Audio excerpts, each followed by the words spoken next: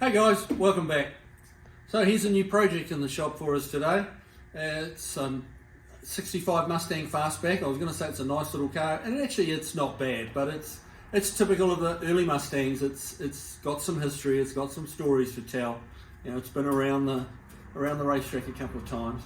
But this came to us fairly well stripped out. We've just whipped the motor out, plucked a little bit of hardware out in there. So yeah, it was quite a presentable looking car. The owner is going to go with a Coyote in it, 6-speed manual. So that's going to be nice. We're putting all new Scott suspension front and rear, so we're getting like a 6-link rear suspension, and you know, double A-arms up the front, power rack and pinion, all that kind of fun stuff. One thing we have found, like pulling it apart a little more, is it's had quarters at some time, very poorly done. Quarters replaced. They've been joined through about here and like down here. You can even see the colour difference between the doors and the quarters. So they've got to come off. We'll cut them off. We'll join them at the factory locations, you know, which is kind of along through here and up here and down. So all that will be coming off and get complete new quarters on it. Come around here. You see in the trunk, it's had these trunk pan drop-offs have been replaced, and they've joined them here instead of up at the factory point.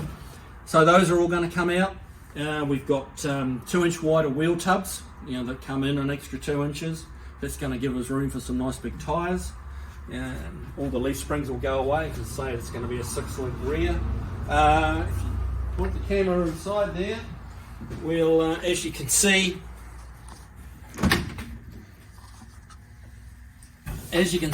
we've, okay, try it again. As you can see, it's had some really poor patches on the floor. Up here it's kind of joined, overlapped and joined, and we got some self-tapping screws. The seat base has been cut out and not put back in properly. There's other patches up here, we got patches at the back. So all that's coming out. We'll put a complete one-piece floor pan in it. We're going to put torque boxes up the front to just beef it up to kind of cope with that Coyote horsepower.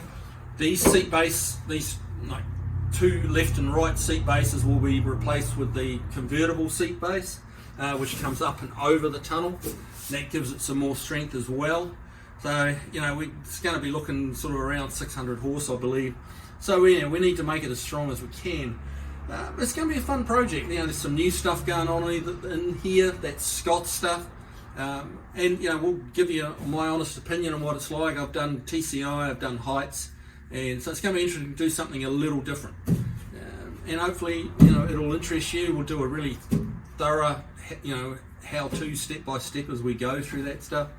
So yeah, this is going to be a fun little project. We're not painting it. We're going to get all the sheet metal and all the fabrication done, and then it's going back to the owner for paint. So we will, I'm sure, see the end result eventually. But as it stands, we're doing the metal work. So we're getting started on this floor pan. Good a place as any to start. Just want to go through you how I would go about doing this. It's a big piece of metal to take out, and it's too big on its own. It's too difficult to get to the spot welds and things like that. So I basically what I call buzz it out quickly, roughly around the edges. So we'll go around with the air chisel and like run along the edges of the floor pan here. Also use this to get these seat bases out. These aren't getting reused, so we can be a bit brutal with them. We're not trying to save them. And for the cost of them, they're not, unless they're really good, which that one isn't, it's not really worth trying to save them for the time involved. Also, this one is getting the convertible seat base, which is one piece and comes up and over here to give it a bit of added strength. So we'll rattle around here with the air gun. That's going to be way too noisy to film, but we'll come back and show you once we've got stuff out. We'll run it around here, then we can access the main floor pan right the way along. We'll probably just use a sawzall and cut around some of the chassis rails. Obviously we don't want to cut through them just yet. And we'll get, you know, probably take it out in a couple of 3 pieces, the worst of it, then you can kind of dive in there and get in. And then, you know, slowly pick off the little spot welded flanges, work around these shapes here. We did find a little bit of rust and a little bit of nastiness over here, but that's all coming out with the floor pan. That goes right in and around here. While we've got that out, we'll put the bigger tubs in. And so, yeah, We'll be back in a few seconds and it should look a lot different. Okay, so we've been busy. As you can see, there's a whole lot of floor missing. Lots of rusty metal lying around. A big chunk of that's outside. So we found a few interesting little things, as you do when you start digging into them. You know, the bottom of the toe boards here was rusted away and had been overlapped, and over there's the same thing. We haven't got it cut far enough back, so we're going to get some toe board patch panels.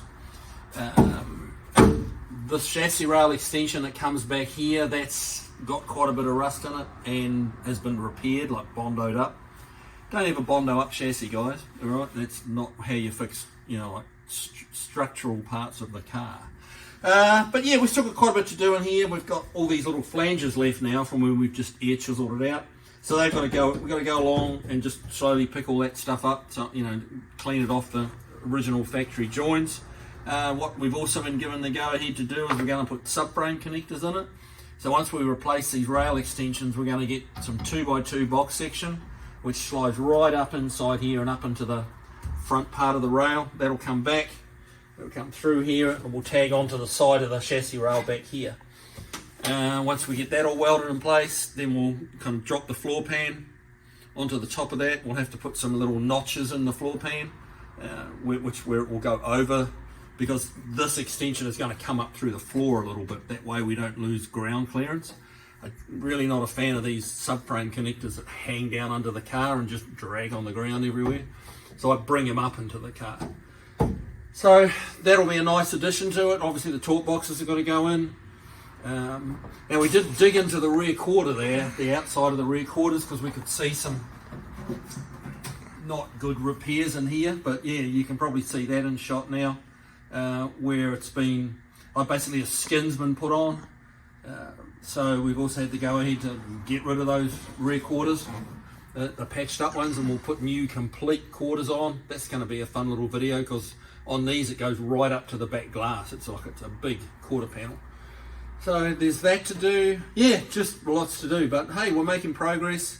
It's a little bit of a Fred Flintstone machine at the moment, but that's all right, it'll come back. You guys, if you've watched some of my other videos, you'll see this is, it's not a walk in the park, but it's another day at Kiwi Classics. So yeah, we got a bit to do. Gonna call it a day. It's Friday afternoon here, and we'll sweep up some of this trash and we'll go home and probably have a quiet bourbon. So alright guys, you have a great weekend and we'll see you next week.